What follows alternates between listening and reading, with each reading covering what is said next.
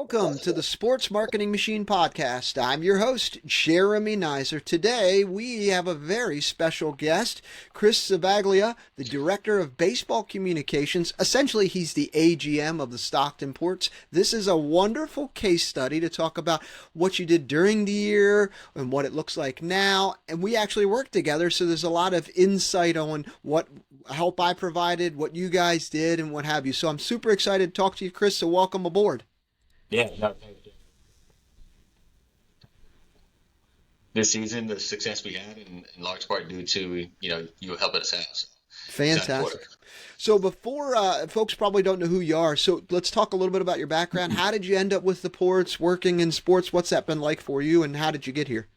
Yeah, so I first got into the sports industry in Sac State 2019.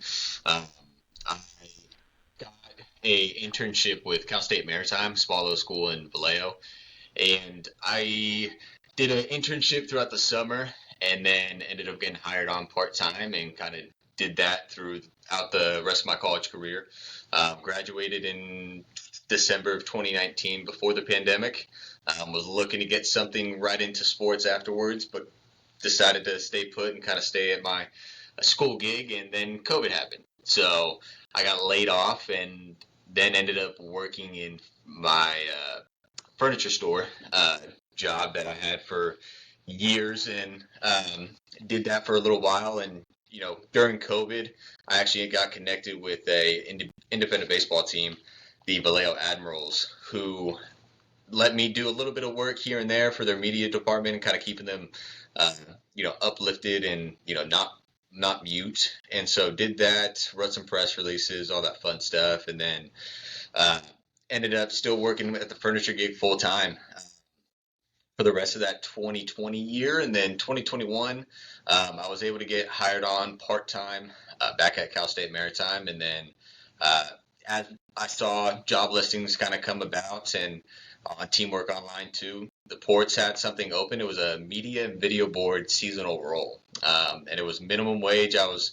uh, still obviously really interested in it, and I ended up applying. Didn't hear back for the first couple of weeks while I applied, and so I actually went back into my application and did a cover letter. Kind of made it baseball, quirky, funny, the whole tidbit, and still heard nothing. And so a week later, I actually ended up emailing our now general manager, at the time community relations manager, Jordan Fennick, why I deserved the job, why I'd be a great fit. And he forwarded it to the one of the people in the office that was actually looking to hire for that position. And I ended up getting an email and an interview, and one thing led to another, and I ended up getting hired on. I've been here ever since. So April of 21 was when I was officially hired, right before the season started. So I had a quick turnaround time between getting hired and actually starting for the season. No clue about how things operated, or you know what the expectation for me was. And I didn't, I was a young kid and still fresh out of college, fresh out of the pandemic, and not really knowing anything.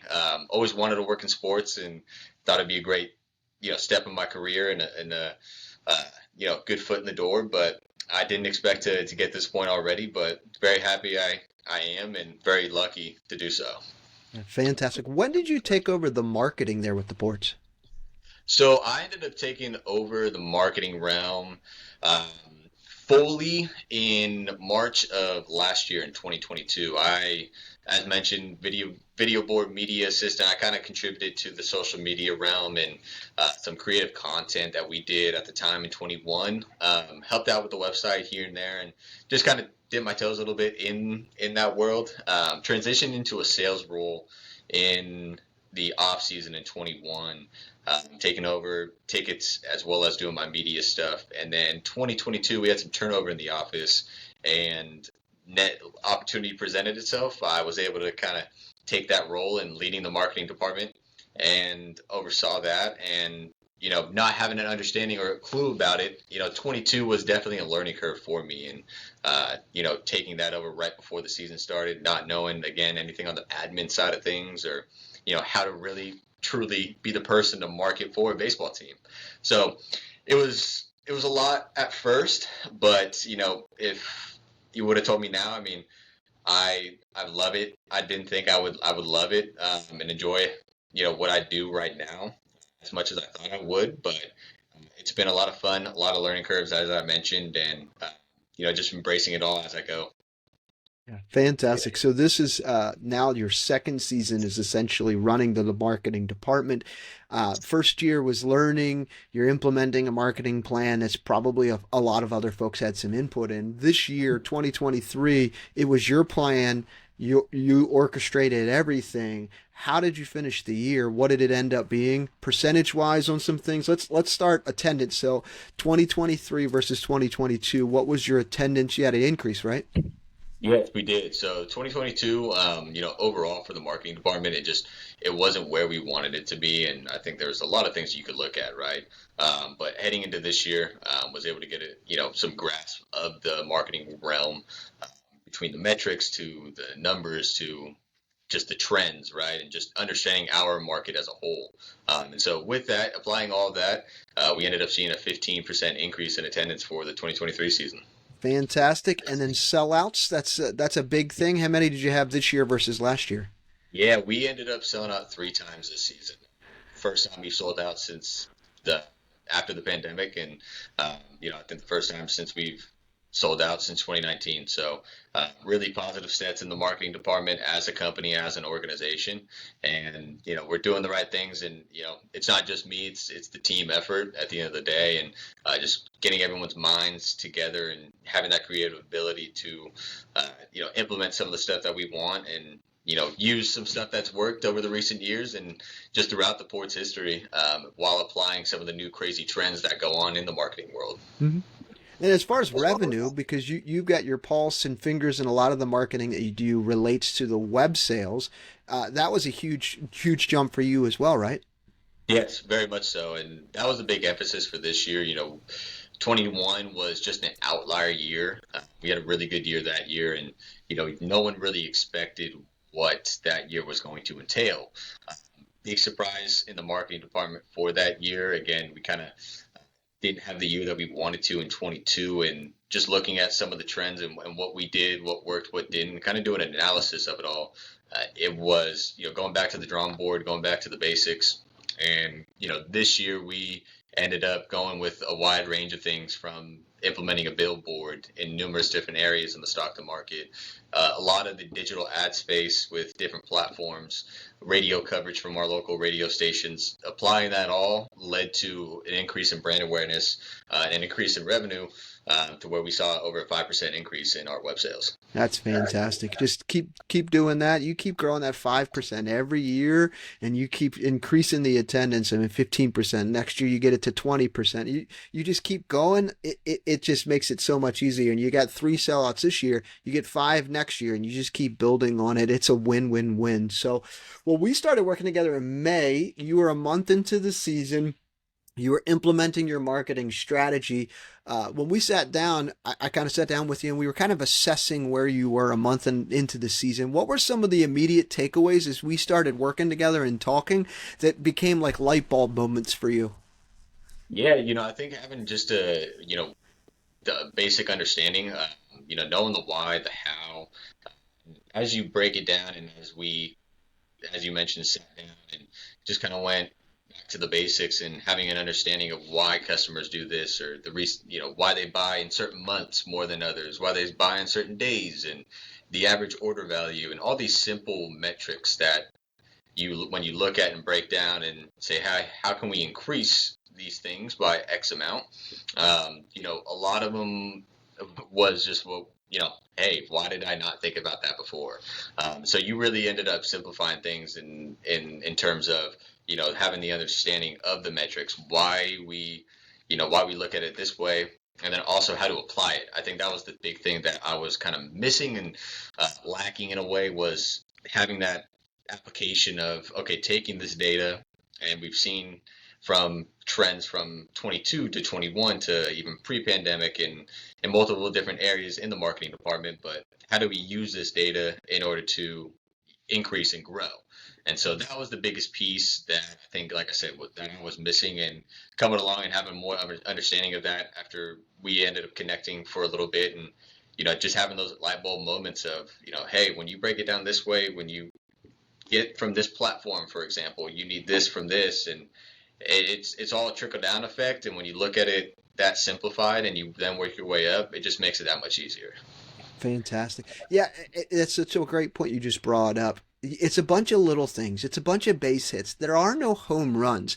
If you can see, hey, on this platform, you're getting a conversion rate of 10%. If I can turn that to 12%, what would that do? The average order value was the one stat that I think was eye opening for a lot of folks. Let's talk a little bit about that one and how we were able to kind of lay things out a little bit and say, hey, this is what an actual ticket buyer's worth to you. Yeah. So, having the understanding of looking at our individual game buyer and seeing 40, our average order value right now is hovering around the $44 mark. Seeing that, and then based on the number of tickets per customer they buy, how many tickets does an average person buy at the time? What is the revenue from that? And how can we then increase our conversion rate from our digital platform to our website, to our email database, and diving into the metrics of those and seeing where the revenue streams come from, and having understanding of, okay, well, based on this, how can we drive revenue, or how can we grow this? And so a lot of it is, again, fun, engaging stuff, videos, a lot of stuff that, again, just keeps the fans, the audience engaged. That's really the big thing that I think I've also had a light bulb moment too, is always keep engaged with your audience. You never want to, be too salesy with your approach and just say, hey, buy this. You want to make it fun. You want to make it, you want to paint the picture about how fun it is to come here, rather than, hey, we have games this Saturday. Come buy tickets, right? You want to show the fans, show the audience that, it's a great time here at the ballpark. We pride ourselves on affordable family fun, and, you're missing out if you don't come.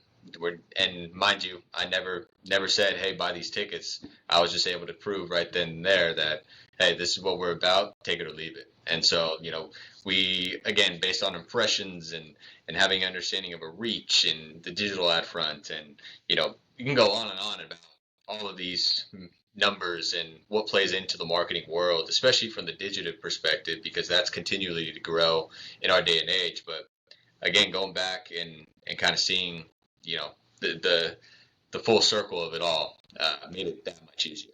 Yeah. We talked a lot about creating video content and knowing that you're getting lots of eyeballs. People are watching it like it's a TV commercial, and then the organic reach actually exposes it to people who aren't even your fans. You guys have adopted this idea of pumping out a lot of video content now, because you can start to see that instead of staring at a graphic image, they're watching a video, which is like a commercial for you guys, right? Yeah, absolutely. And that was one of the things too that kind of stuck with me, was the video part of it, right? Having a constant video rather than a graphic. We actually ended up applying that for the rest of the season once we ended up talking. But I did for example, a $5 a day on the Meta Facebook digital ad front, and just ran a video saying, "Hey, tickets start at this price," and again, going into the meta world, and again, like you just talked about, you showed me how to upload audience list and how to become creative and targeted with that approach, and creating lookalike audiences and becoming more targeted. I think too was another thing that was just, wow, why didn't I think of this earlier too? When you can get this strategic in your buyers and see their buying habits and have an understanding of, why they chose this game or why they chose this day of the week. But going back, I mean, I think that was a really good base for us to build a constant brand awareness. Was having a video that played throughout the season, changing the video on a basis, but having a constant video on top of our homestand promotions that we have going on top of our special deals. Again, having so many things going on, it's just going to lead to that many more eyeballs being seen from different fans, from different people that may have not come to a Ports game, that end up becoming a ticket buyer. Yeah, fantastic. As you started working through the season, you were tracking some towards some goals, and you were looking at metrics and what have you. What were the main metrics that you were staring at as you were tracking towards your goal? Obviously, you're talking online ticket sales and revenue there, but what were some other things? Yeah, some of the metrics that I was looking into was, especially towards the later part, were uh, reach impressions, as well as kind of seeing again where our sales came from. And so with that, we use again Facebook, Meta, the ad front, the digital ad front. We also use Awareness too. So that's a digital advertising uh, platform that, again, you're able to get really targeted with uploading your individual buyer list to them, to that platform, and then they're able to then send ads out to the certain zip codes in your area. So making sure we're hitting that conversion rate. We're seeing the revenue brought in from there, as well as all of our sales platforms, from our emails to our texting to utilizing FIVO and kind of seeing what ads work, what don't. Creating an A and B test is what I kind of ended up implementing towards, especially towards the later part. As we all know that, when you and I have talked about, July 3rd is kind of your mark of, hey, you build up all the way to then, you have your really good crowds that week slash weekend, that day, and then things typically start to fizzle out in the industry. So it's, at that July, August time when school is about to start up, you're going to get those families that go back and say, hey, we don't have the time anymore. A lot of teams go say, hey, how can we keep it consistent? How can we keep the awareness going to where we still attract new buyers? And that was one of the things that I really harped on, and becoming strategic with my budget as well, and saving a lot of it towards the back half of the season, and seeing why this homestand did better than the last, because we ended up uploading all of these lists. We ended up, looking at certain dates and targeting more dollar amount to those. And so being creative with the video again too, and adding, player content and highlight videos, homestand recaps, all of it. Again, it all ties together to where it makes the marketing as a whole grow and continue to build. One of the big things that we did was we uncovered ticket sales from sources. You want to talk through what you did in working with tickets.com and kind of the insight that you pulled from this? Yeah, so once I found that out, that was probably the biggest eye opener I think I've ever come across in the marketing world so far. Was you were actually then able to track, well, yeah, how many tickets you were able to sell, revenue as well, from an email by simply just inputting a code. So this code, yeah, you would then contact to tickets.com. You would tell your rep, hey, I want my code to be, for example, STK for Stockton, and then whether it's email, put email in there after the STK, and you input it into the URL.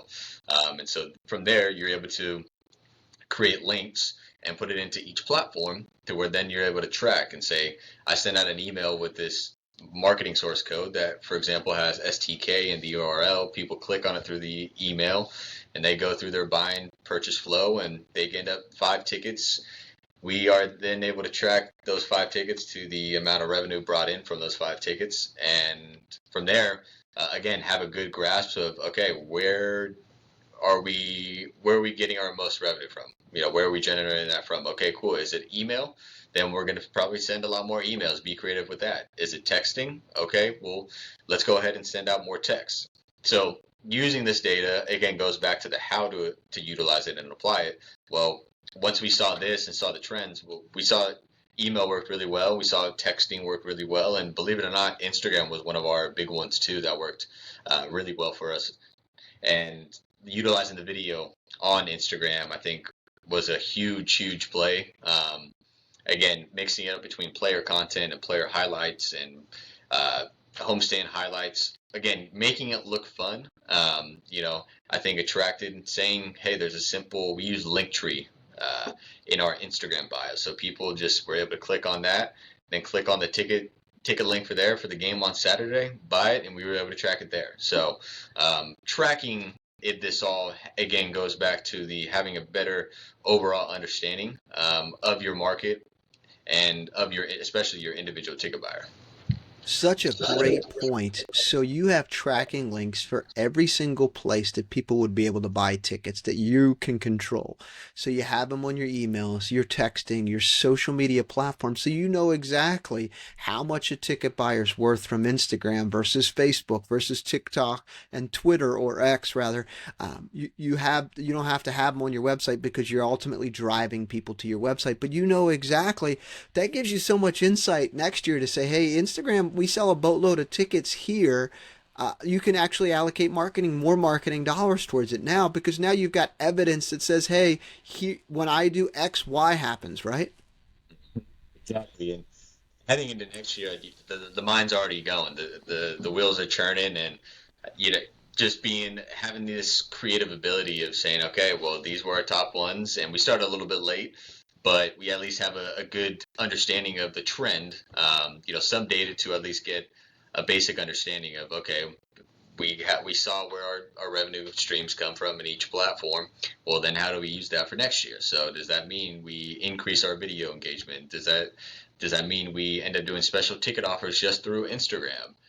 Having this data is only going to help you and be more beneficial, because you're able to have more leeway with it. You're going to have a lot more room to play with, and in the marketing world, it's a lot of, again, trends and what's going on, and some things that work one week may not work the other. And so just thinking on your feet and having that quick ability to adjust is the big thing too. And you'll be more than fine as long as you pick up and see these trends and see what works in certain months too. And applying this data and say, hey, Instagram looks better in April than it does in, say, July and August. And just having that data is you can do so much with it, and having that to your expense is only going to, again, benefit you for the long haul. Yeah, I agree with you. Using data during the season is to make some of your decisions, how you're organizing your marketing budget, planning it, and what have you. Your off season, how are you using data? What's the off season look like for your marketing? Because you got a lot of momentum and you finished 15% up, three sellouts next year.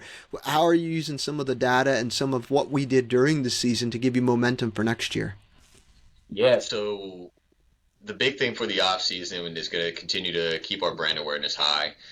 So we're looking to still keep awareness at the top of the mind and utilize that for the off season. So that's most likely going to become a year-round thing rather than just a seasonal thing for us. A good, again, approach to create impressions to increase our reach, especially with our new sales coming up here soon. So utilizing that for our ticket plans is going to be an adjustment too. So now we're going to be able to track how many mini plans we sell through emails, through Instagram, season tickets as well. Being able to track that, I've already set up the source codes for the 5 game plan that we have, the 10 game plan that we have, half season or full season on each different sales platform, to where, hey, we're able to track, what's our best approach for mini plans. Especially this off season, right? How are we going to grow our season ticket revenue? And having this at our expense is going to be key. And again, learning buyer trends. We last year, for example, our big thing was email. So we'll go ahead and see if, based on the data that I have now, if that's going to continue. So again, going back, and it may not work, but we'll go ahead and give it a shot and adjust accordingly. Mhm. And you're growing your email list too. That's an off-season goal as well. Correct. Yeah. So growing our email list, growing our texting databases, merchandise revenue is always a good one to kind of keep that passive income coming, if you will. As well as, again, going back to the engagement, we utilize Fan Compass to have a lot of enter to wins, spin the wheels, polls, surveys, you name it, to, again, have Stockton Ports constantly on fans' minds, in order to have them keep thinking about us even when it's not even baseball seasons. That's the biggest thing. So building from the ground up again, and utilizing these engagement tools in order to increase our email database and our texting database, and overall buyers in general, in order to increase the revenue in the grand scheme of things. Man, I'm so proud of you. I'm so proud of the port staff. Just being able to work alongside you and provide you with the opportunity to look at this data and make decisions. Like I can show you some things, and then I have the experience to be able to say, hey, when you do X, Y happens, but being able to present it to you and you putting the pedal to the metal and saying, hey, here's why we're going to do this and presenting it to the general managers and staff members, it just gives so much understanding and why behind it. So I'm just so pumped and happy and excited for you and the port staff because the sky's the limit. You now understand what's actually happening, and that becomes such a huge eye-opening experience for teams because oftentimes teams have no idea where their ticket sales come from. Now you know. So you could know exactly what when you do an X activity, when you do X, Y happens, you get it. So I'm just so pumped for you guys because three's going to turn into six in a blink of an eye. And then from six sellouts, it's going to turn into 20. And then you're on to something. So just super excited for you guys, super proud, happy to have had some emphasis and some help on getting you to this point and working with you as well. Yeah, I'm excited for it. We got a lot of big things coming up ahead, and we're already looking forward to 2024. But yeah, I mean, I appreciate everything you've done for me. Having me, learn from you and giving me all of this data. It's a lot. Don't get me wrong, but I at least had the understanding to apply the basics to it to at least have us grow in the marketing department. So that was really good to see, and and again, as the organization, as a company, helping us out, and it really means a lot. My pleasure. Well, Chris, best of luck this offseason. As always, if ever I can be in any help, you know how to find me. Absolutely, Jeremy. Appreciate the time, man. You got it. Stop it just a sec.